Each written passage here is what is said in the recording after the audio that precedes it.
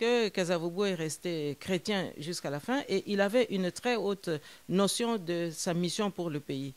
Car cette notion, c'était quoi? C'était le peuple d'abord, les intérêts du peuple congolais d'abord, et ensuite les intérêts particuliers.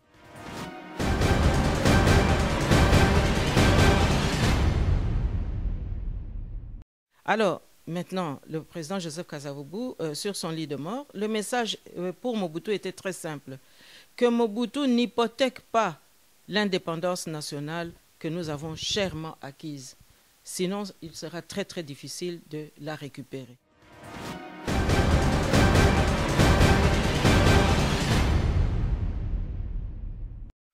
Mais bah, on a une solution ezanine. Car ça vous c'est vrai. Il y a Téléménagayango, c'est vrai. À Kebisaki Mobutu, ça il ne faut pas. Mobutu, ça a aucun été. Mais les losco, c'est quoi la solution?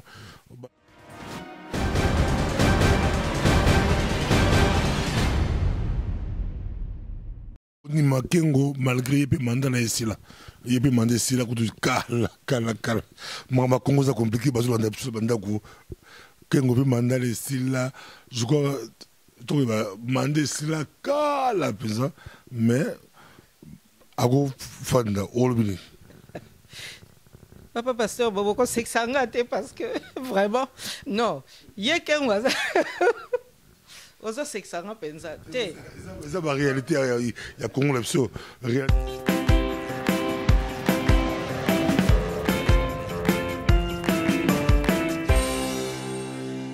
Chers téléspectateurs du micro du pasteur Bobo, partout où vous êtes à travers le monde, nous vous disons bonjour ou bonsoir. Ça dépend de l'heure à laquelle vous nous regardez. Comme promis, on vous a promis que nous allons chercher Madame Kasavubu pour qu'il puisse nous parler de la lettre de Kasavubu à Mobutu. On est chez elle, on est venu trouver Madame Kasavubu. Bonjour Madame Kasavubu. Bonjour pasteur Bobo. Comment vous vous portez? Mais ça va, merci beaucoup, merci. On est venu mais ça nous a directement frappé, on voit la photo ici, on vous voit avec les rois des Belges, le roi Albert II. Vous êtes là pour remettre votre lettre d'accréditation. Lettre de créance. Lettre de créance, où à l'époque, vous étiez ambassadeur. Mais ça a été rapide, on vous a accepté facilement par les Belges. Or, les Belges sont souvent compliqués par rapport à nos ambassadeurs qui arrivent ici. Bon, écoutez, c'était d'abord un très grand honneur de représenter la République démocratique du Congo ici à Bruxelles et auprès de l'Union européenne. Oui, effectivement, mon accréditation a été rapidement acceptée. Mais vous savez, ce sont toujours des procédures qui tiennent compte du curriculum vitae de tout un chacun. Et je pense que mon parcours était sans équivoque. On dit qu'il se raconte que votre père était très proche des Belges, vous aussi très très proche des Belges. Mais vous savez que Joseph Kasavubu avait toujours prôné la collaboration loyale. Et il n'était pas question que les Belges puissent fuir le Congo, mais au contraire, il plaidait pour que nous passions d'un statut de pays colonisé à pays souverain, mais dans une collaboration loyale avec la Belgique, parce qu'il restait reconnaissant par rapport aux éléments positifs de l'œuvre coloniale. Le malheur du Congo, c'est la Belgique, parce qu'on dit que tous les grands décideurs de ce monde, ils passent toujours par la Belgique, bien que les politiciens belges disent que ce n'est pas eux. Vous qui avez travaillé avec eux, vous qui connaissez comme femme politique la Belgique. Mais vous savez que en réalité, il faut tenir compte du fait que nos pays étaient des pays colonisés. Et à partir de la conférence de Berlin en 1885, les grandes puissances se sont partagées le monde et notamment l'Afrique. Et donc, il y a ce qu'on appelait, et qu'on appelle toujours d'ailleurs, le précaré des anciennes puissances coloniales. Et donc, la Belgique, comme le Rwanda et le Burundi, faisait partie du précaré belge, comme vous avez l'ancienne Afrique équatoriale française qui faisait partie du précaré français. Peut-être, si c'est possible, on pourra avoir une place? Bien sûr. Dans quel sens est-ce que vous voulez dire une place pour l'histoire, pour la pérennité de l'histoire? Je vous demande juste si on peut, si c'est possible qu'on puisse s'asseoir et continuer parce que les gens vont me reprocher, tu laisses Madame Kassavou debout avec beaucoup de questions. Si c'est comme ça, on pourra bien continuer. Mais bien sûr, vous êtes le bienvenu ici et vraiment, je suis honoré aussi de pouvoir vous accueillir et par là aussi vous féliciter pour le magnifique travail que vous faites ici au sein de la diaspora. En tout cas, merci beaucoup. On voit que vous êtes très bien installé. Écoutez, je suis mère de famille, j'ai 4 enfants et donc je n'oublie pas mon travail de mère de famille et donc il est bon qu'on puisse aussi entretenir sa maison comme on entretient l'éducation de ses enfants. Ça c'est très beau, ça c'est très beau. Mais quel est le secret de Kassavou pour l'école? Vous, c'était bien, les enfants, c'est très bien. Beaucoup d'hommes politiques congolais ont difficile à éduquer leurs enfants. Bon, vous savez que l'éducation des enfants, ça part aussi de l'éducation qu'on a pu avoir soi-même. Je ne vous cache pas ici que Joseph Kasavubu, notre père, accordait une très très grande importance à l'éducation. C'est la raison pour laquelle, si vous pouvez consulter les archives de la République, vous constaterez que sous la Première République, Joseph Kasavubu avait énormément favorisé la multiplication des bourses d'études pour que les jeunes Congolais puissent aller acquérir une formation et une éducation qui soit vraiment à la hauteur des ambitions qu'il avait pour notre pays. Et donc pour lui, l'éducation de ses propres enfants, c'était vraiment une priorité. Et il s'est toujours arrangé pour trouver un temps chaque jour pour s'occuper de nous, pour s'occuper des journaux de classe qu'il signait lui-même. Et donc voilà, ça c'était pour lui vraiment la clé pour un meilleur avenir. Vous avez fait l'université, comme la fille du président a fait l'université, a terminé, le petit-fils du président ou de l'ancien président ou du premier président du Congo ont aussi fait l'université. Bien, écoutez, nous avons essayé de transmettre justement cette valeur de l'éducation comme priorité à nos propres enfants. Et effectivement, je suis fière aujourd'hui de pouvoir dire que mes 4 enfants sont tous des universitaires accomplis, oui. Merci. Ça c'est bon, ça c'est pour débrayer le terrain. Nous sommes là, nous sommes chez Madame Justine Poyo Kasavubu. On suit. Actualité politique oblige, nous venons d'apprendre le décès de Gérard Kamanda qui est aussi en politique. Vous êtes en politique. Votre réaction par rapport au décès, par rapport à cette triste nouvelle, Gérard Kamanda est parti. Oui, d'abord, c'est une très grande émotion parce que c'est vrai que c'est une personnalité politique qui a eu son élan dans la carrière politique à l'époque du président Joseph Kasavubu. Mais je pense aussi que c'est un homme qui nous laisse le souvenir d'une très grande rigueur. J'ai eu encore à le constater lors des concertations nationales. Il était là, présent. Il a vraiment apporté énormément d'idées novatrices et malheureusement, ce sont des idées qui sont restées lettres mortes comme l'ensemble des résolutions de ces concertations nationales. Donc, j'ai eu à revoir une personnalité politique qui était soucieux d'exercer, de pratiquer l'humilité. Ça le distinguait d'ailleurs des autres personnalités politiques que j'ai pu rencontrer.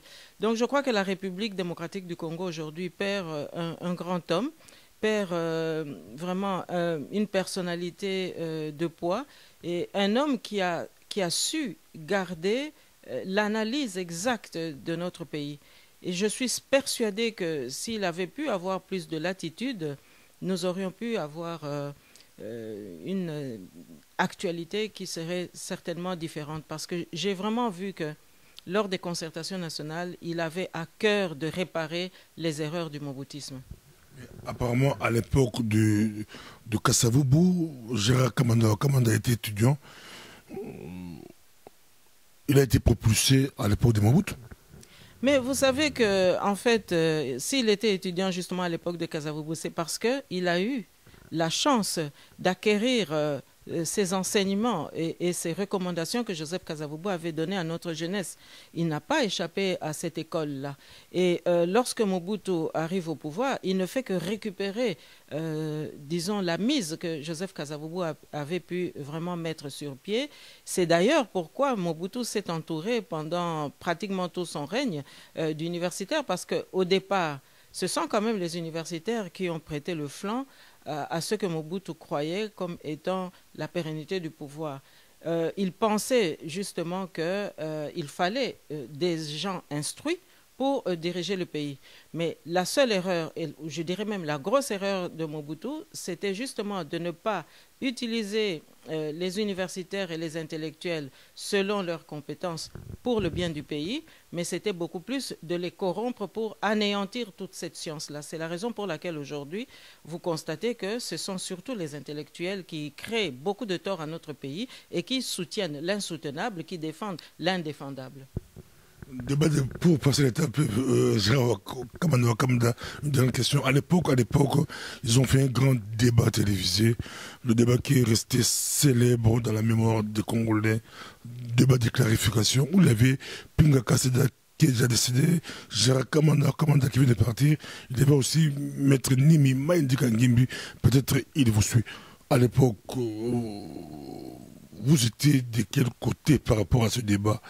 Comment aviez-vous réagi? Bon, d'abord, il faut situer le contexte général. Vous savez que Mobutu, à ce moment-là, était en très, très grande difficulté. Après avoir été soutenu pendant une vingtaine d'années, pratiquement une trentaine d'années, eh bien, il était maintenant en difficulté par rapport à la Belgique notamment. Et souvenez-vous que la médiation du roi du Maroc, Hassan II, était aussi un élément de l'actualité. Donc Mobutu en difficulté est déçu aussi par rapport à la réactivité des Belges vis-à-vis de son pouvoir. Eh bien, il a voulu mettre un terme à ce moment-là aux relations privilégiées entre la Belgique et le Congo. En soi, ce n'était pas une mauvaise idée parce qu'en fait, c'est une impulsion nationaliste.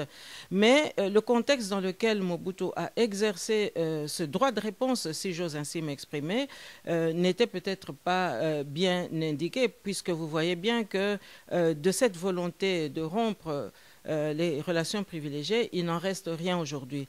Or, ça devait marquer un coup d'arrêt par rapport au paternalisme que nous avions connu, par rapport à la dépendance que nous avons connue. Il n'en a pas été ainsi. Et aujourd'hui, nous payons justement le prix du reniement de ce nationalisme-là, de cette expression nationaliste-là. C'est bien dommage.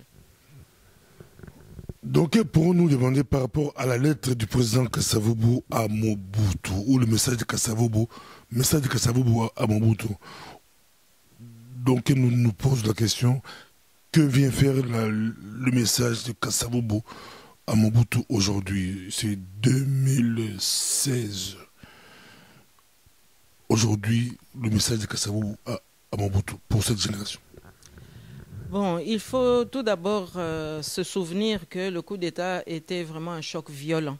Et Mobutu, jeune politicien, entre guillemets, à l'époque, eh bien, ne s'est pas privé du machiavélisme qui nourrissait ses actions. Parce qu'il faut aussi ici ouvrir une parenthèse et dire que le livre de chevet de Mobutu, c'était Machiavel, le prince de Machiavel. Et donc, Mobutu a voulu vraiment appliquer cela, même vis-à-vis de la personnalité politique qui l'avait aidé à intégrer l'échiquier politique, mais au titre du mérite que l'on peut rendre à notre jeunesse et par rapport aussi à l'exemplarité qu'on peut proposer aux générations à venir. Et donc, le coup d'État, c'était vraiment un coup très, très violent. Alors, maintenant, quelle a été la réaction de Joseph Kasavubu? Est-ce qu'il a nourri une haine vis-à-vis de Mobutu? Il n'en était pas question, puisque Kasavubu est resté chrétien jusqu'à la fin et il avait une très haute notion de sa mission pour le pays. Car cette notion, c'était quoi? C'était le peuple d'abord, les intérêts du peuple congolais d'abord, et ensuite les intérêts particuliers. Et ici, en l'occurrence, pour Joseph Kasavubu, l'intérêt principal, c'était de sauvegarder la paix nationale, c'était de sauvegarder l'intégrité territoriale du Congo, et puis c'était aussi de préserver les acquis sociaux de la population congolaise. Alors, le coup d'État, il ne fallait pas qu'il prenne une revanche, même si, comme j'ai pu le dire précédemment, le président Joseph Kasavubu avait eu la visite de certains militaires qui étaient venus le trouver après le coup d'État pour lui proposer de remonter à Léopoldville, dans la capitale, pour reprendre le pouvoir. Et le président Joseph Kasavubu s'est exprimé très clairement à ces militaires pour leur dire non. Reprendre le pouvoir par la force, ça signifierait pour moi que le sang du peuple congolais coule, car on ne peut pas envisager une telle initiative sans qu'il y ait une confrontation ou des affrontements. Et donc, il a refusé de retourner par la force au pouvoir. Pourquoi? Parce qu'il fallait préserver la vie des millions d'innocents qu'étaient les Congolais. Alors, maintenant, lorsque la mort survient, eh bien, le président Joseph Kasavubu, qui voit dans quel état le pays est en train de s'acheminer, qui voit aussi comment tous les émissaires de la bonne cause démocratique du Congo, les messages qu'ils viennent lui livrer par rapport à ce qui se passe au pouvoir central à Léopoldville, il voit que le pays est en train d'aller à la dérive. Certains ne manquent même pas d'informer le président Joseph Kasavubu avant sa mort que la dictature s'installe progressivement au Congo. Alors, maintenant, le président Joseph Kasavubu, sur son lit de mort, le message pour Mobutu était très simple. Que Mobutu n'hypothèque pas l'indépendance nationale que nous avons chèrement acquise. Sinon, il sera très très difficile de la récupérer. Alors là-dessus, le message évidemment a été transmis à Mobutu. Et pourquoi est-ce que Joseph Kasavubu avait insisté là-dessus? Parce que la lutte pour la décolonisation et ensuite l'accession du pays à l'indépendance a été accompagnée de plusieurs prescrits. Car il faut savoir que, au-delà de la cérémonie nationale avec les Belges, où il y a eu remise et reprise du pouvoir, de l'impérium, il y a eu aussi des cérémonies par rapport aux prescrits de nos anciens, aux prescrits aussi de la pérennité de notre filiation anthropologique, de notre filiation sociologique et de notre filiation ancestrale. Et donc, par rapport à ces prescrits-là, eh bien, il fallait que nous puissions les observer pour que le Congo puisse aller de l'avant.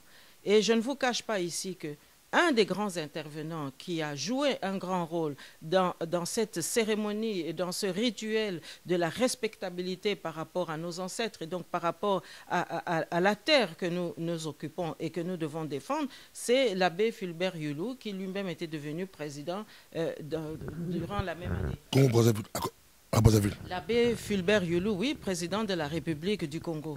Et je m'en voudrais de ne pas ici signaler comment le président Fulbert Yulu avait mis en pratique ce souci-là.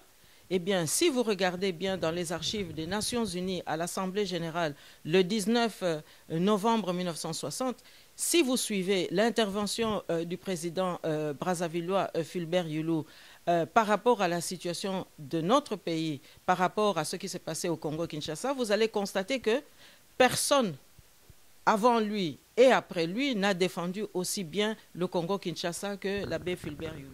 Madame Kasavubu, on le suit. Que vient faire le message de Kasavubu aujourd'hui, notre génération? Les gens diront que Mobutu n'est plus, Kasavubu n'est plus. Laurent Désiré Kabila qui est venu après Mobutu, il n'est plus. Est-ce que le Congo d'aujourd'hui a besoin du message que Kasavubu a donné à Mobutu? Quelle est son implication pour notre génération? Le Congo d'aujourd'hui, où les gens refusent que l'actuel président puisse briguer un troisième mandat. Mais oui, ce message-là, ce testament-là, s'appuyait sur un constat très simple. Vous savez qu'au moment où on accède à notre indépendance, eh bien, les tentatives étaient multiples, les tentatives notamment de corruption.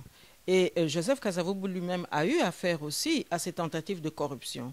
il y a un groupe, un lobby de Belges qui était venu lui demander d'abandonner la lutte et en contrepartie, sa famille et lui auraient une vie aisée jusqu'à la fin, jusqu'à la mort. Hein. Et donc, Joseph Kasavubu avait refusé. Pourquoi avait-il refusé? Tout simplement parce qu'il s'est dit, mais non, si nous cédons maintenant le problème de la revendication de notre indépendance, ce que nous appelons l'Ikambwa Mabele, si nous n'exigeons pas l'indépendance immédiate aujourd'hui, alors que nous avons une petite élite instruite, eh bien, qu'est-ce qui va se passer? C'est que plus nous aurons de l'élite, plus nous aurons des intellectuels et plus nous attendrons, que nous retarderons l'accession du pays à l'indépendance, et plus ce sera facile de corrompre les intellectuels. Alors, il vaut mieux acquérir l'indépendance immédiatement, de sorte que nous puissions nous-mêmes mieux encadrer notre jeunesse. Sinon, nous serons livrés à la proie des corrupteurs. Alors, lorsque Mobutu ne respecte pas, lorsqu'il arrive au pouvoir et qu'il ne respecte pas les prescrits et le testament de Joseph Kasavubu, il ouvre justement la voie à ce que, dépourvu de tout encadrement éthique, dépourvu de tout encadrement idéologique, dépourvu de tout encadrement politique au sens noble du terme, eh bien, nous avons eu effectivement la conséquence du fait que les Congolais étaient de plus en plus instruits, mais dépourvus de tous ces encadrements, eh bien, ce sont les intellectuels qui sont tombés dans le piège de la corruption. Et c'est pour cela qu'aujourd'hui, vous constatez que autour de nos dirigeants, que ce soit hier avec Mobutu ou que ce soit aujourd'hui avec Joseph Kabila, eh bien, ce sont les intellectuels qui pêchent le plus. Ce sont les intellectuels qui se livrent à la corruption. Ce sont les intellectuels qui renient leur pays. Ce sont les intellectuels qui vraiment prêtent le flanc au régime en place de tripatouiller la Constitution. Et donc là, nous sommes vraiment dans les conséquences de la prévoyance que Joseph Kasavubu avait eue. Malheureusement, les prescrits n'ont pas été observés. C'est toujours bien de connaître l'histoire pour préparer le présent et l'avenir. Si vous refusez de regarder le passé, ça sera aussi très compliqué. Ici, dans cette photo, on voit, je crois que c'est quand ici? On voit Kasavubu et les rois Baudouin. Mais oui, écoutez, ici, c'est une photographie qui a été prise au 30 juin 60. Vous savez que le roi Baudouin était venu pour justement la remise et reprise de notre indépendance nationale. Et il y a eu un service religieux. Et ici, vous voyez Joseph Kasavubu avec le roi Baudouin en train de se diriger vers le lieu où les cérémonies officielles devaient avoir lieu. D'habitude, on connaît que Kasavubu, soit la lingala, il y a un message kolota et côté basoda tenu, awa un biroa, tout le monde na costume. Rwanda lati ilambone ya neti basoda mais il y a pas officiel. Kasavubu atikengo. Comment paradoxalement, des fois Kasavubu avec tenu nae, awa le 30 juin, mukula makambu, alatenae veste. Te oyebi malamu to kesenisa makambu. Ba cérémonie officielle, c'est une chose, ba cérémonie mususu oyo ezali moins officielle mususu moni tango roi Baudouin zoya. Nanu basali cérémonie officielle te na palais de la nation. Wana ezalaki tenue civile, mais tenue oyo zoloba, oyo peto monaki na ba timbre poste sika président Joseph Kasavubu alati kepi na ye, wana ezalaki tenue ezolakisa kazali chef des armées, azali chef de l'État, chef des armées. Donc ezali ba tenue vraiment oyo ya kolata na ba circonstances différentes. Awa bazokende na requiem yangwana tenue eza un peu eza civile, mais tenue oyo zoloba wana ya militaire eza pour manifester autorité naie en tant que chef des armées. Bali kolanda biso na micro du pasteur Bobo dossier on to kotono lingala penza po bato ba okango bien olobi likambu ya message président la pia liboso ya Congo baboto les pouvoirs akendaki naye mais ayebaka makambo ebele atala ba sekele ebele ayebaka ki Congo yo so na tiki yango boye ekozala pasi azu message atindeli Mobutu komekate so ça il faut pas ba koko la biso bana ba ko ya probiso ba ko kende na bombu Kasavubu ayebe mabele. Kasavubu bazalaki liboso mosali ya Nzambe po to bosana te formation na ye ezalaki liboso ya kolinga kozala mosali ya Nzambe kasi lokola boyebi ba autorité ecclésiastique ba monaki ke azali na mwa autocritique eleki makasi esprit na ye za un peu trop indépendant malamu alongwa na ki préparation ya kozala sango akende na ye ko servir na vie civile elingi koloba ke tango Joseph Kasavubu azako ya na administration coloniale azaka ka moto ya Nzambe azaka ka mwana ya Nzambe azaka mokambi en quelque sorte. Donc lokola azalaka na ye penza moto ya Nzambe moto alingi Nzambe alingi botosi mingi na Nzambe aza kolanda penza mibeko ya Nzambe aza kotanga Biblia mokolo na mokolo. D'ailleurs baoyo bayebi biso malamu na ndako na biso ezalaki na pièce nyonso tu okukuta kaka Bible.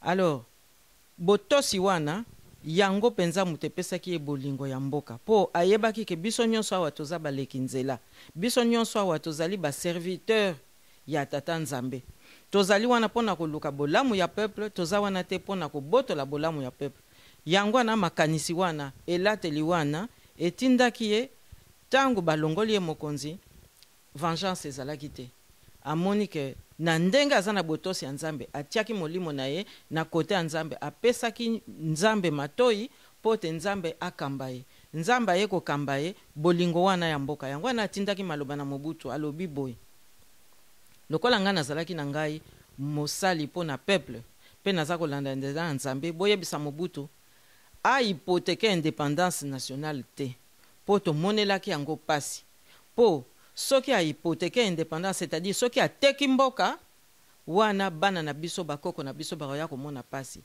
po ekozala noki bakoya ko corrompre ba intellectuel bakoya ko corrompre peuple congolais omoni tina ya likambango yango wana omoni pe lelo yo na otiko malobo okende oloba penza tobanda kotala likambango penza bolanda biso malamu maman je suis là autour de question claire c'est qui président Kasavubu azalaka sous pression ye mon pays il fallait ateka mboka nde aboyaka nde balongola kie ayebaka makambo est-ce que Kasavubu osala ba recherche sur Kasavubu osala ba recherche belo kota bitike belo tanga ba livre bele au côté tina belo mindele oyi osala ba recherche est-ce que Kasavubu azalaka sous pression ya mindele ateka mboka aboyaka nde balongola kie.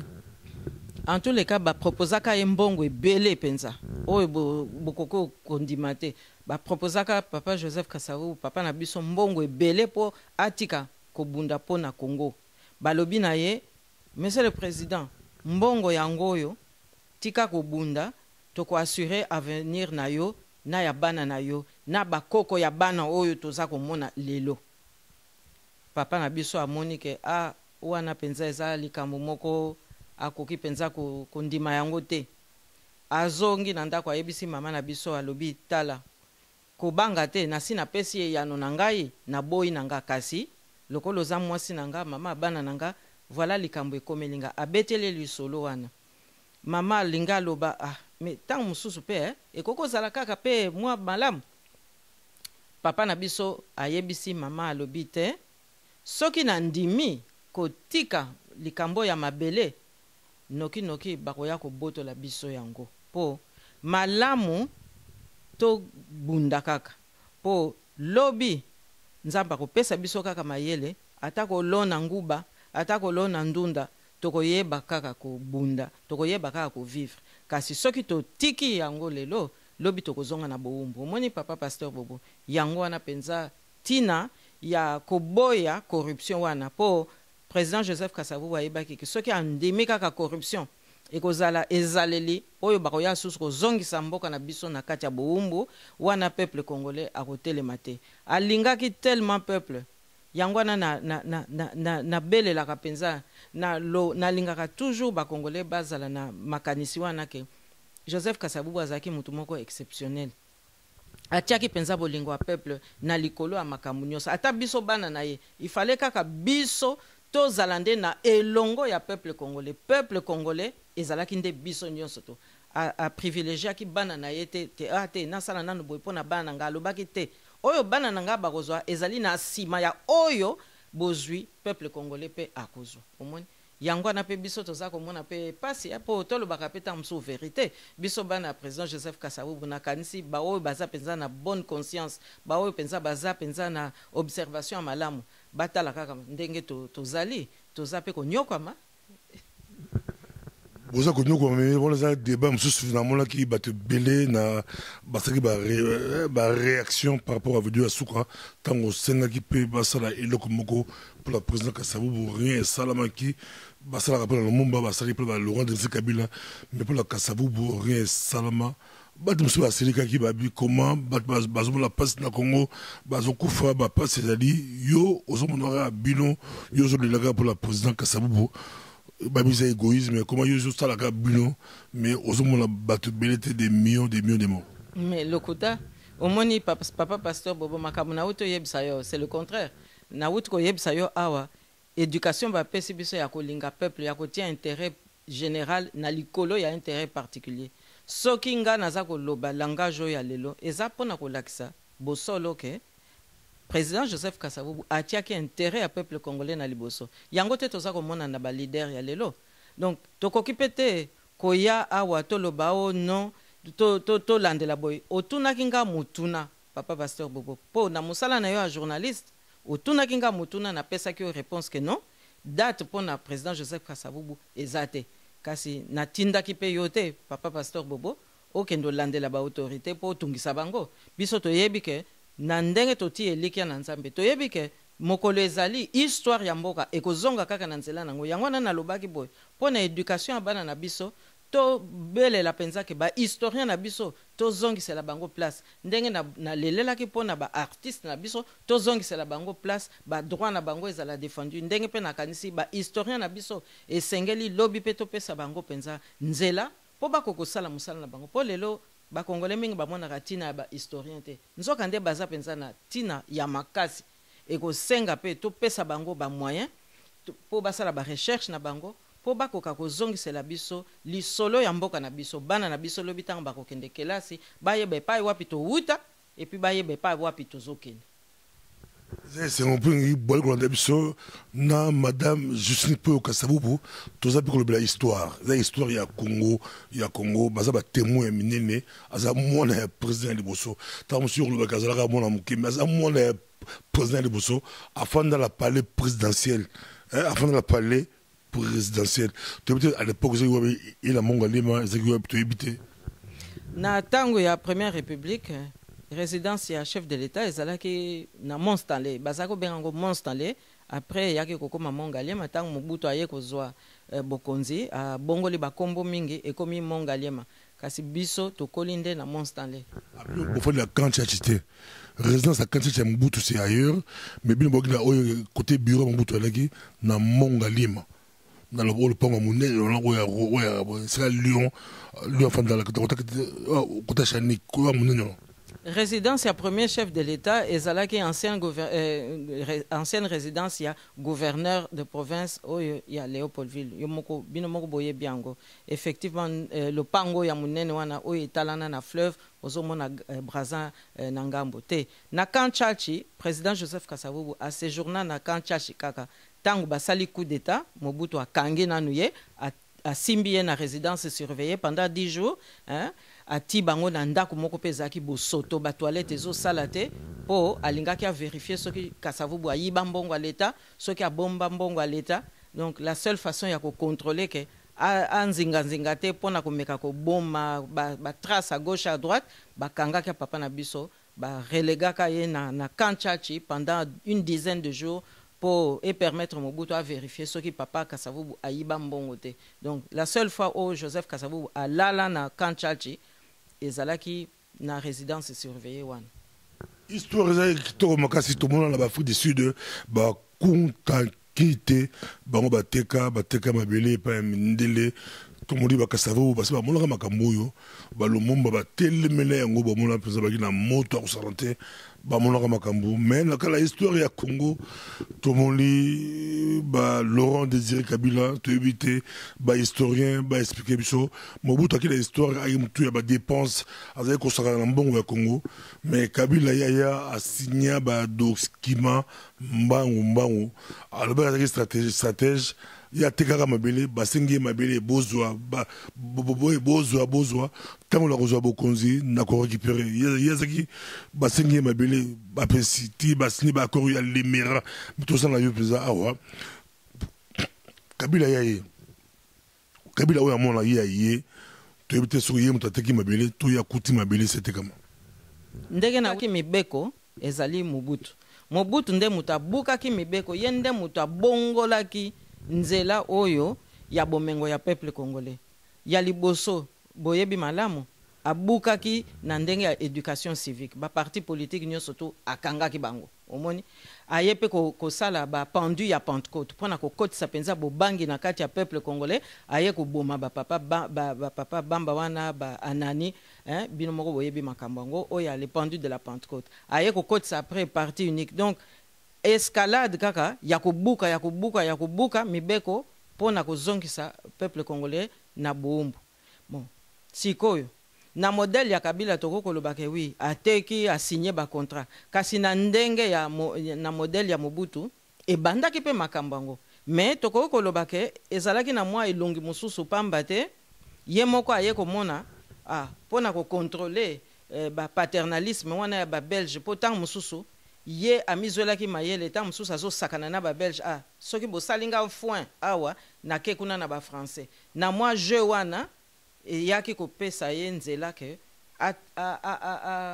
asala loi oyo baza kobenga loi bakajika ezalaki koloba nini ezalaki koloba ke likambo ya mabele o Joseph Kassawo azaka kobundela ntango mususu asala lokola alingi kopekisa bamindele baya to bapaya baya kozwa yango kasi soko otali o wana ezalaki pona ba congolais en général mais soko otali penza na mozindo ye moko azalaki kopesa nzela na bapaya po baya kosakana pe na mabele na biso na kopesa kaka exemple moko boy oyebi ke na Katanga à un moment donné Mobutu atikaki mabele ebele concession moko munene na ba-allemand moko bayaka pona kosala otrag otrag ezalaki ba expérience moko pona kotinda fusée pona kotala soki fusée koko kende peti na sanza na orbite makambo ebele ndengwana mais tango ba américain baye komona ke mais mutoyo makambo ya lingi kosala boya lingi kotia biso na compétition na ba-allemand ale baye kosala menace atiki makambo wana omoni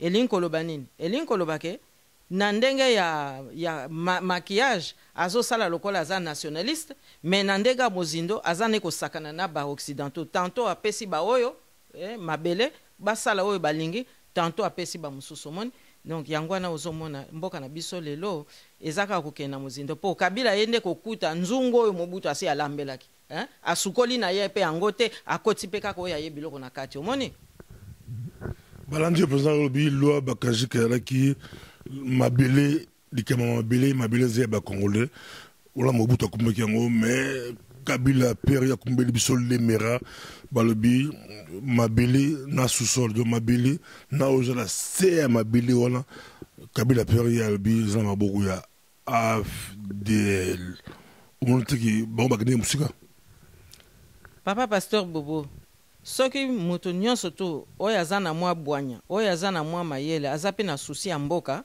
soko koti penza na mozindo komona kaka masolo yango eza kaka yango na yango moni opesa yango mwa maloba mususu ezozwa mwa couleur mususu mais eza kaka yango mpona kozwa bomengo après Joseph Kassavu baoyo bakitani wana baza komona ke non kaka intérêt na bango mpona azwa bomengo azwa bandako malamu ateka mboka bazomona te ke baza kohypotheke sikoyo kaka Congo te baza pe kohypotheke avenir ya Afrika mobimba po oyo lelo soki Congo etengami Afrika nyonso tu ezokende pe na nzela mabe soki Congo atelemi okomona pe Afrika akozwa bomoi ya solo yango na biso tozoloba boye eloko ezo permettre biso lelo po to simba penza mboka wana eza mateya oyo constitution ezopesa biso Papa Pasteur Bobo moni mateya wana nde yango ifoto telema nde yango makunzi na biso yango na nazo sepela lokola opposition kuna na mboka baza penza kotelemela yango bazo sakana te o Kojo aya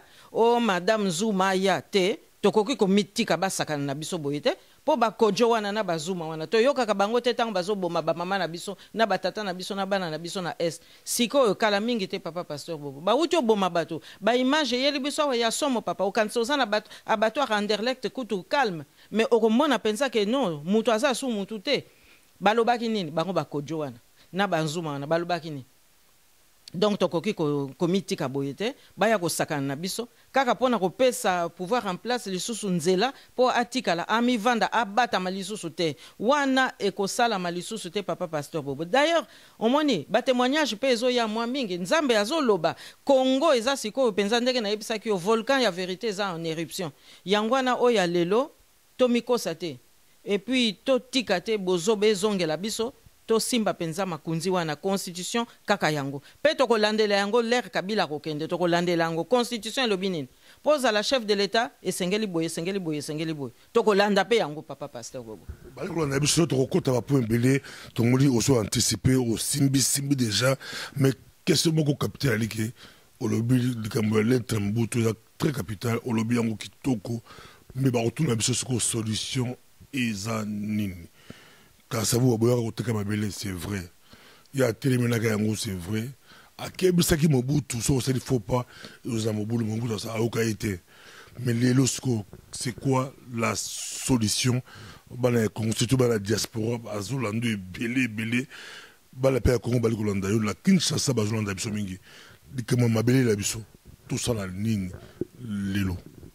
Est-ce que Babara ni c'est quoi ma faute c'est sopani moyens ont réalité tout ça possible de récupérer ma belle episode ou battre qui déjà papa pasteur Bobo ya liboso to longola bo bangi ma beleza ya biso mopaya moko te communauté internationale moko te akoya ko telemela biso po alobo te bozana tort ya ko défendre ma belena na biso to longola bo bangi Yami balé papa pasteur Bobo.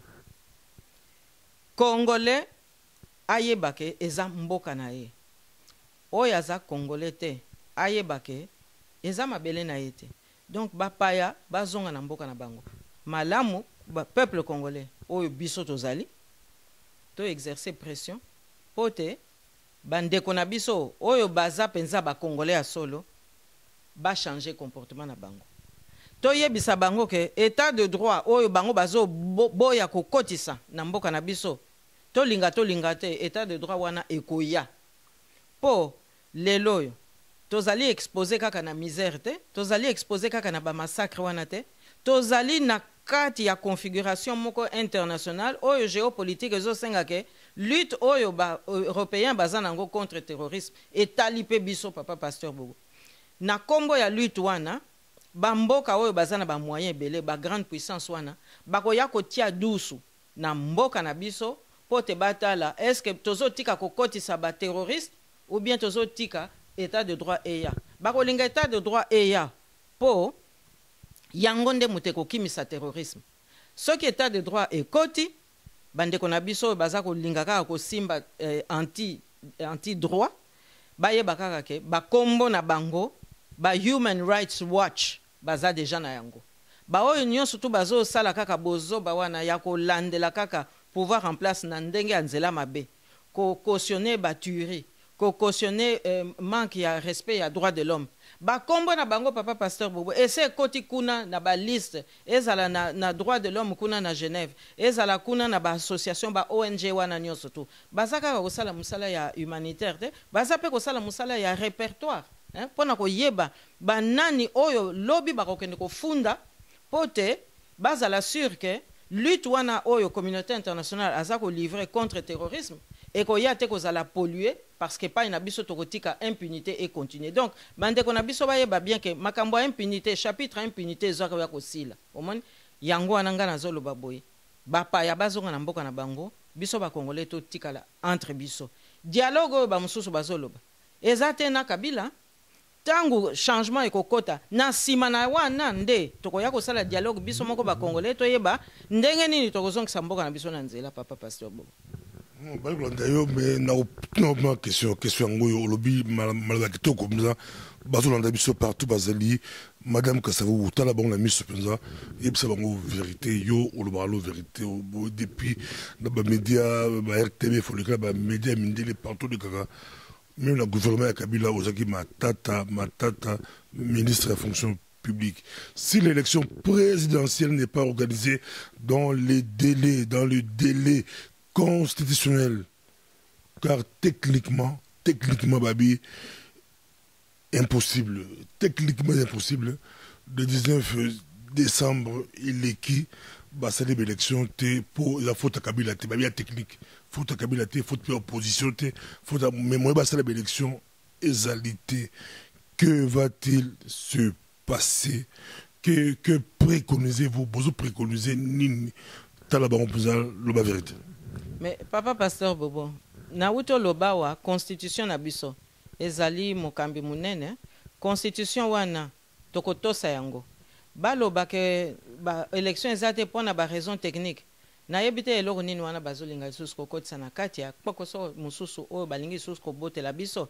Kabila l'air aza kotika makambo ekende boye elingi kolobaki asa poni nzela na ye alingi makambo ya tembe mais tembe wana ye azosaleza na biso te po biso topona ye te biso toyebi kutu te nzela nini ye awutaki à part ke ntango bazoya na babote na bango ya kauchu wana toyebi ke non balekelaki nzela boye bakatisi na droite mpona kokota na Kisangani bongo bakiti sikoyo mpona koleka ti bamanono wana baya kokoma na Lubumbashi. À part makambo wana ba séquence wana biso toyebi epa ya wuta te. Donc bato batiaki ye na ebonga azande kotia tembe na bango bayebi ndenge bakosukisa ye. Papa pasteur Bobo to mimonisa pasi te nsima na yango toza na makunzi na biso na lobi yango bien constitution eza wana yokanisi papa pasteur Bobo ba communauté internationale o bazotia ye panzi likolo ye Joseph Kabila bazotia ye panzi likolo yokanisi batangi constitution na biso te batangi yango d'ailleurs bamususu batiaki pe miso na kati tango baza kokoma yango papa pasteur Bobo yo moko yebi Bogoto Sayango aka babiso vacances à pouvoir ezali démocratiquement bakoza président Sénat batie voilà c'est bino boza près Bogoto sa dikambo yango Bogoto sa constitution a bozo brandir l'opposition bozo brandir respect à la constitution et que vacances à pouvoir ali Kabila bien qui a démissionné ou il est au salami babi posé un Sénat à Zomasolo. Kasi président un Sénat ye nandenge constitution ngezoloba ya solo président un Sénat na bamboka nyonso soki po tali ata na France soki vacances à pouvoir et salami ou bien président de la République à Koufito à Keina Enzela na ye c'est vrai que présidence intérimaire ezalaka assurée na Sénat. Bon mais wana ezanango eza constitution est-ce que elobi que non président Sénat a revendre wana libela donc na kanisi to mikosa te na ya président Sénat soki l'air mususu azo donke muke pote tant mususu pe ko komelanga mais constitution eza wana ezo kata makambo papa pasteur Bobo eza likambo ko umela te eza likambo ya mikolo kaka mukuse tozo kende na élection to mimonisa na biso passe de constitution ezali solo kasi constitution wana pe ko kotisa biso na buzoba moko ya makasi te.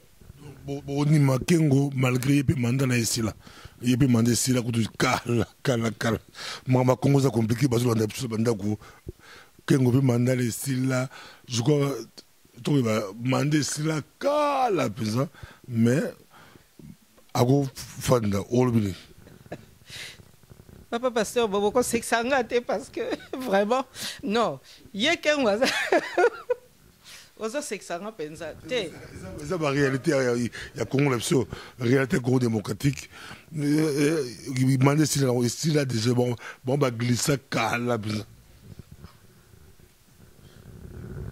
Bozo mon ambiance c'est sengo toali et pas Justine Poyo Kasavubu ma Congo eza na kanda na ko seka tout les autres dans la kati na mawa eza Congo la biso président Congo la biso boli ko non to personnalisé te kengo za wana ya sa glissa na depuis kala c'est vrai mais to personnalisé yango te po kuna pe na kati ya Sénat malgré ba pokoso wana papa pasteur Bobo ba suppléant bazali ba mécanisme o eza ko permettre que soki mobulo ekoti kozongisa ordre nyonso to wana ezali papa pasteur Bobo moni to mimoni sana biso pasité Tomi mon sa pasité. Toko personnaliser en côté. Ce qui président il y a Sénat il y a lelo, hein, entre parenthèses. Aza okanisa ke yende muta ko zwa ibonga. Akoki pe ko zwa ibonga ngo na ndenge ya zo kanisa te ka komi wana avandi te parce que nazo yo kango pe mingi bato bazolo bate kengo avandi wana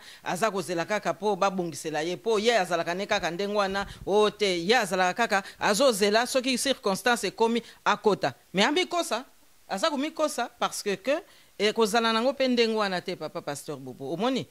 Donc toko personnaliser yango te.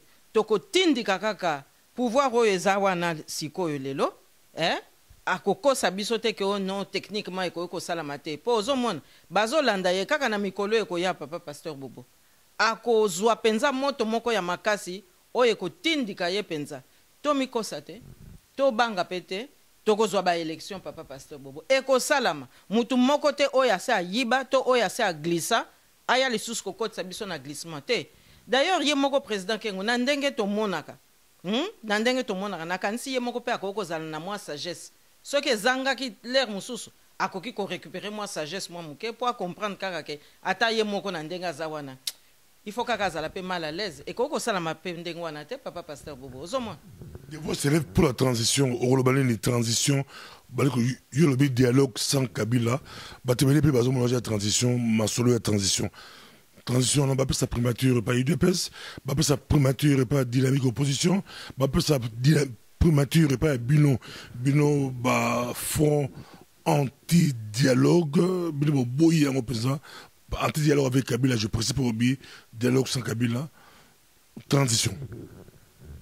Mais, papa pasteur Bobo, ozomona dialogue sans Kabila. Mais, tokoki pe koloba, pas de dialogue du tout. Ndenge bakataka na mukuse na lopoto, pas de dialogue du tout. Tokokende su na dialogue pona kokosa nani papa pasteur. Tokokende na dialogue pona kosala nini. Eza penza na tina te. Ata le rozoloba wana UDPS ozomona. Yo moko pe tala kaka UDPS oyo wapi. Oyo ya traditionnel to oyo ya ba fondamentaux to oyo ya clan familial ozomona. UDPS Tshisekedi Abima deuxième de l'élection présidentielle où selon l'opposition Abima de Bosso le pouvoir mais selon la majorité ça officiellement deuxième sa primature on a appelé poids électoral mais poids électoral bisonyo stoyebi ke ba tricherie ezalaki bebo hein alors azwaki pouvoir na 2011 et sengelaki ezalande remise et reprise na yena pouvoir en place et salamakite bongo lelo yo komema lisusu ba résultat wana mozomona te ke entre temps société congolaise est évolué ozomona te ke ba oyo bazaki mineur bakomi ba majeur et pesi koyo mixage moko idéologique na kati ya société congolaise oyo tokoki kususu koloba te ke non oyo mizwaki na 2011 akanisa kaka ezande ngwana tala kaka lelo UDPS ya 2011 yango te tozomona UDPS lelo donc sur quelle base ba résultat à 2011 siko lisusu bakamatango lokola ebonga na sac à main o te biso mutu to gagnak eza sunde ngwana te donne sociologique ndenge tokoloba na lopoto échanger fondamentalement yangwana tokokoloba lelo ke non tokokende pe na dialogue ya modèle wana te po oyo nyonso to azolinga okende na dialogue ezande pona kokosa logique démocratique oyo eza komitien en place et puis tobosana te omoni kala ezalaki kaka soki UDPS nde apesi mot d'ordre nde population alandi bozomona te ke évolution wana eza pe na kati ya masolo lelo po lelo yo en dehors ya UDPS opposition na kati oyo biso tout ozali kolanda soki maloba epesami makambo pe ezosalama omoni détermination wana oyo ya front ya opposition na Kinshasa baza koloba tolingi dialogue te ezali po bayebi nzela oyo tozolinga omema peuple po bayebi tina ya makambo pa biso to wuti balingi lisusu te ke inégalité wana ba injustice oyo ekotaki na kati ya mboka na biso e continue yango ozomona lelo oyo UDPS aloba te poids politique wana ozoloba makambo poids politique eza lisusu ndenge ezalaki liboso te tolobi te ke bazali lisusu te na mokili mais toza koloba ke humilité siko eza kosenga ke mutu na mutu alata yango po te ayeba ke mutu moko te lelo akoki koloba ke nga na 2011 mpo nazwaki élection lelo naza kaka chef te eza su ndenge wana te papa pasteur Bobo balikola na biso toza na yo mpenza toza na yo au soulevé pour moi très important, l'opposition, Makassi, Robin Sabatou. Mais l'opposition, il a une année, et Bim Sabatou, Belé, Libanda, mais il est là, Koufa, Bunga, opposition, ala Makasta a réclamé, opposition, Automoli, Jean-Claude Mouyambou, Basali, une année là, de l'élu, une année là, pour Christopher Ngoui, droit de l'homme, Basali, une année la prison.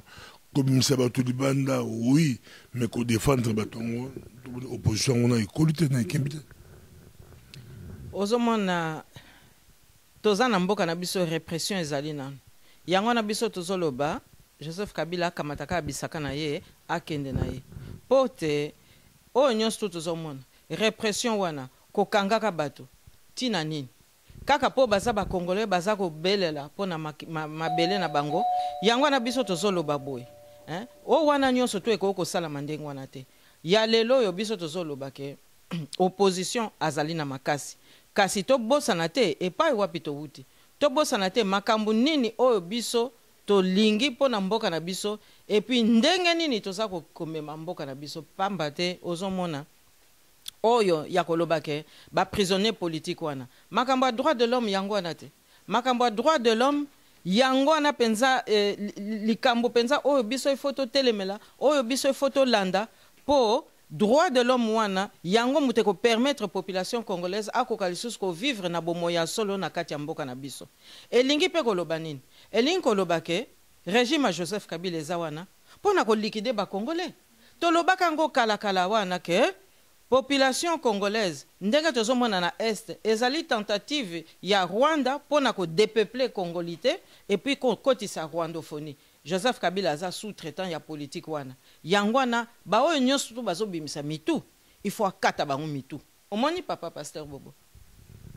Bakata bango mitu, ba image mo tambo la poto. Bon, véracité na ngoto ze bango pe bien te. Ba tu bazolo bilango pe la Kivu bakati batu mitu. La Kivu je babo maka. Aux femmes politiques, aux éclairés au landar makambo ya Congo. Au cas où c'est vrai, parce que tu as été sur les années, tellement que tu vas dénoncer, tu vas dénoncer, tu vas battre, maman, et de la Kivu. Makambo leki na Kivu ezali somo. Yango nga naza ko loba to rejeter ba intervention ezo ya la biso ba monsieur Dem Kojo to ba mama Zuma wana, po tant bazo boma bande ko na biso tozo yoka bango te. Papa pasteur Babo. Tozo yoka bango te. Bon, e banda boni baye la biso sikoyo te, tokende dialogue. Donc bayebite que dialogue ezalaka nécessaire na l'air nyonso tout. Kaka l'air mwana oyo aza na difficulté, nde baya ko lukela biso ba dialogue. Bato oyo ya biso bazo boma biso pe kaka lelo te. E bandi kaka depuis que AFDL ayaka. Tokanisa ki na tango mzee ekoko kita mwa muke ekoko sila makambo wana metoye ko mona kete ba bomi pe mzee po makambo wana nyonso asomo e ya lisusu makasi ozomona yango na biso tozolo baboy toko tika te ko défendre mabele na biso batu wana bakufi pamba te toko zongi sa justice papa pasteur Bobo il faut ba réparation et salam état congolais azana devoir ya ko venir en aide na ba famille wana nyonso tu o lelo bazako lela ba yebina note tina nini ba yaki na mokili ozomona toko tika likambo na te justice na biso e ko zonga ko la justice moka indépendante pote ezongi sa ba droit na ba congolais nyonso pe elingi ko lobake justice wana e ko landa ba oyo nyonso tu basali biso mabe toko tika impunité lisusu e kota na mboka wana te. C'est un dialogue. On peut ça résoudre ça dialogue le communauté internationale et côté masolo Union africaine ba côté masolo ba tindi biso kojo babi kojo aya na mboka la biso Congo Eden kojo togolais on a la mboka so ayi ko beta porte et par la bino ba anti dialogue notoire bino boyi ba la pesa bino boya dialogue kojo ayi ko beta la bino porte beaucoup bien naïe tout beau embaye surtout que le dialogue comme africain bah il faut les bino porte battre les bino africains pour y pas y une stratégie sur battre le monde les amants parce aïe au beta porte beaucoup de gars pour l'embouler le banda beaucoup de gars à yoka moto le banda sur la porte le bino à la neige na Malil tout beau embaye beaucoup sur là pour la Congo. kasi ye kojo wana aza SDFT papa pasteur Bobo aza SDFT ayebi malamu makambo nini oyo ye azondima soki azoya na Congo ayebi malamu mboka na biso makambo nini eza kuna soki ayebi yango te tokoyebisa ye likambo eza boye likambo eza boye likambo eza boye biso tolingi boye soki alingi koyoka te akozonga na mboka na ye boyamba ye me boyebisa ye kaka niet tokoyebisa ye tolingi makambo wana te azonga kaka na malembe epai awuti po Congo eza na difficulté kaka lelo te Congo ezwa ba difficulté banda kala bachebe wana bakufa ba Frank Ngike wana bakufa bana na biso babomaki bango l'année passée wana oyo ba fausse commune na Maluka est-ce que batelemaki to mikosaka pete ba africain nyonso tu baza pe pona amour ya Congo te papa pasteur Bobo ye Edem Kojo aye wana ya ofele mbongo boni bafuti ye pona mission wana mbongo wana tokoka ko tiango te pona ko bongisa ta mo esika moko boy ba famille moko baza na misère to makamba fonctionnaire moko bafuti te ko zwa kaka ba mbongo pona ko futa kaka ba émissaire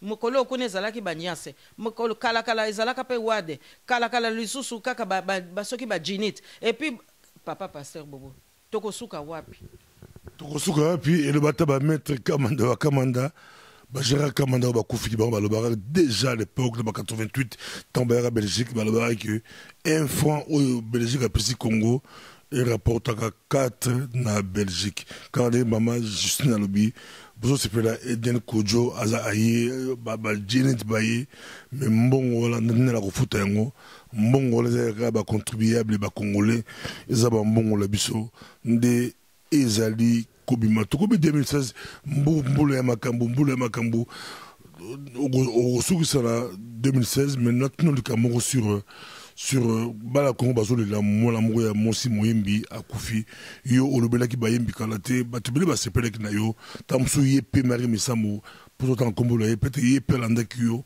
ye pasepeleki tomolo moye mama Kasavo aliko défendre biso il y a Koufi ne va se concentrer mon pays dans les informations les réseaux sociaux s'enflamment même je crois et Kundi même actualité à Congo bazaka kolobelaye okolobani sous réaction sur liwa ya mon amour sur Koufi je peux ça mawa je peux ça passer na une grande partie de la communauté na yo oyo bundelaka ou défendre ezalaka toujours likambo pasi pe ya mawa mingi ko perdre ndeko na owana toko komona mabete na ndenge bandeko na biso peuple congolais ba telemeli li wawana kasi eza pe kolakisa nini eza kolakisa ke peuple congolais aza na capacité pe ya mobilisation po eza nde mobilisation wana toza komona mais mobilisation wana oyo eza ko salama na ndenge ndeko wana mwasi awe pourquoi mobilisation wana toko kozana na yango te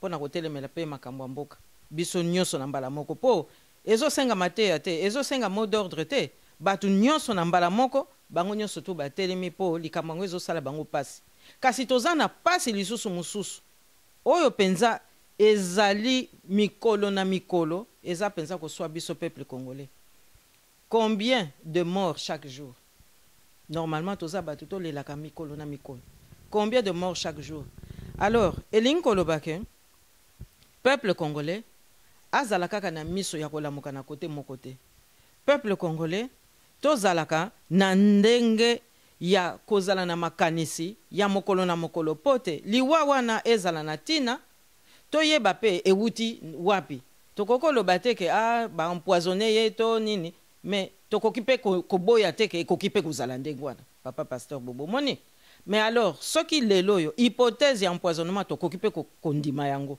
ou bien tokoki kokamata yango ou bien tokoki ko apprivoiser yango ndenge babaka na lopoto elingi kolobake mboka eza malamu te elingi kolobake contexte ya liwa ya ndeko na biso wana mwasi eza kote ya biso na ndenge mboka na biso eza kokende encadrement na ye ezalaki ndenge nini bandeko na yo bayembaka ya basi baza ko encadrer ye ndenge nini bon bandeko ya mibali bayembaka na ye elongo baza ko encadrer ba misala na bango ya moyembi Kristo ndenge nini omoni yango wana nazoloba boye ete ya biso na ndenge ke to wuti kaka kopesa bango kotala ba mususu bazozwa medaille lobi wa mususu aye kokufa omoni papa pasteur Bobo tolobaki pe makambo ba messe noire ezape likambo toko koboya te po lelo yo erreur ya munene o toko kosala ezali rejeter systématiquement ba hypothèse.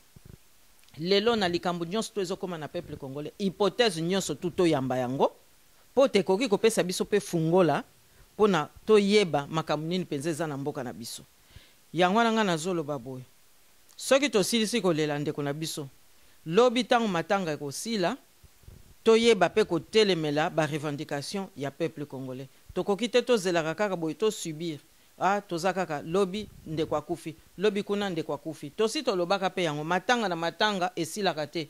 Peuple congolais azaka akosila kaka boye. Tokoki soko ndima makambo wana te. Il faut sikoyo ba situation nyonso ezala clair, papa pasteur Bobo. Tokoko tika lisusu te bandeko na biso bazalaka kaka boye koyenga yenga bayebi susu te likambo eza ndenge nini ebandi ndenge nini. Omoni ke na liwaya ndeko na biso wa Marie Misamu me omoni ke ba rumeur pe ekotaki net yango nde ebanda kopesa kolimbola likambo liboso. Ba mususu baloba mabe, ba pasteur mususu baloba mabe, bayembi mususu baloba mabe. Eza kolakisa ke likambo ezali wana. Likambo ezali wana tomikosa te. Likambo ezali tomikosa te to komina sukwa ezalaki sengo okoya epa madame Justine Poyo Kasavubu to pesio 1 minute tala bango lobala bango pour la 2016 oui côté na zone il y a turbulence makasi eza koningala message tout succès. Bandeko na ngai peuple congolais na kanisi tosi tosali expérience munene 50 ans oyo esi eleki 55 ans oyo ya indépendance ezalaki nango nde presque 55 ans ya dépendance, c'est-à-dire que toza penza biso moko te bateka mboka baza pe ko continuer kotia biso kaka na boumbu. Tomoni bandeko na biso mingi nga naza mama naza pe moboti. Tomoni ba mama mingi baza koboma bango na este pote politique ya Rwanda na Burundi na Uganda ezali ya ko sopa ba Rwandais bongo ko sukola congolité na biso ko longola ba congolais pona ko kotisa ba Rwandais na place. Bandeko na biso mingi ya basi bakufi. Ndenge pe bazo boma biso ba mama ezali kambo ya somo. Yango nanga naza koloba boye. 2016 oyo biso ba mama to telemi. Ezate ke baya koyebisa biso awa to yoki kuna o ba primaire awa boye to ba mususu bazolingo ya kokotisa masolo kaka pona ko ba mususu bazomona ngo nete za ba kal balingi susu batia lisusu ba condition to yebi ba makambwana soki komi lokola pouvoir elinga ya pembeni okomona ba mususu bakomi ko bima bayeba kite pa bazalaki ba komi ko ya kotia ba critère nyonso wana kaka pona ko barrer mutako barrer congolais a solo mbulo na 2016 azate. Mutu pe akobangisa mama congolaise na 2016 oyo azate. Soki pe batitembe biso ba mama tozali wana lokola ba mibali ba yebaki ko défendre biso te. Biso moko ba mama siko toko kotisa pe masolo na kati ya nzela wana pote Congo na biso ekende liboso. Mutu abangisa congolais azate. Yango wana biso nyonso tu elongo na bana toko te ya bango mutu abanga te. Mutu abanga te. Bamindele bazozela kaka eloko moko batala ndenge nini ba congolais bako défendre mabele na bango po bango pe mayele ese esili muto batiaki bakanisaki ke bakoko continuer ndenge basaki na mobutu ba 30 ba 40 ans baye komona ke politique wana eza suna nzela te bandeko nanga nazo yebisa bino ba révélation ezali ba vérité ezali diplomatie ezoteya donc lelo yo ekomi biso ba congolais biso moko to telema biso en tout cas ba mama to kotika te. Merci beaucoup. Merci. Nzambe, c'est l'histoire de notre pays. Merci.